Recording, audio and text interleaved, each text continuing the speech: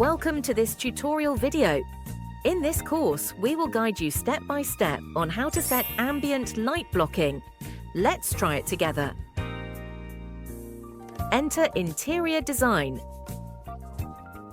Select Render from the left toolbar. Some lighting schemes have exclusive ambient occlusion settings. If you select the Ultra Fast Daylight / Nightlight 3.0 and Indoor Daytime / Nighttime 2.0 or later lighting templates, you can directly click Effect Settings. The right panel will expand to show the light's ambient blocking AO section. If you choose a light template that doesn't have exclusive ambient occlusion settings,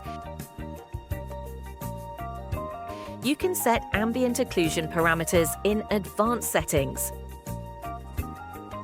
Ambient occlusion has the following two properties that can be adjusted freely. You can adjust the settings as needed. Property 1, Size. This value can change the contrast, usually set between 0 and 1. It is generally recommended to set it to 0.8 and too low will appear unrealistic. Property 2, Radius. Radius refers to the area of shadow in dark parts, typically set to 0.05 feet, as overly large shadows will also appear unnatural. After configuring them, the rendering will look more realistic. That's all. Thanks for watching.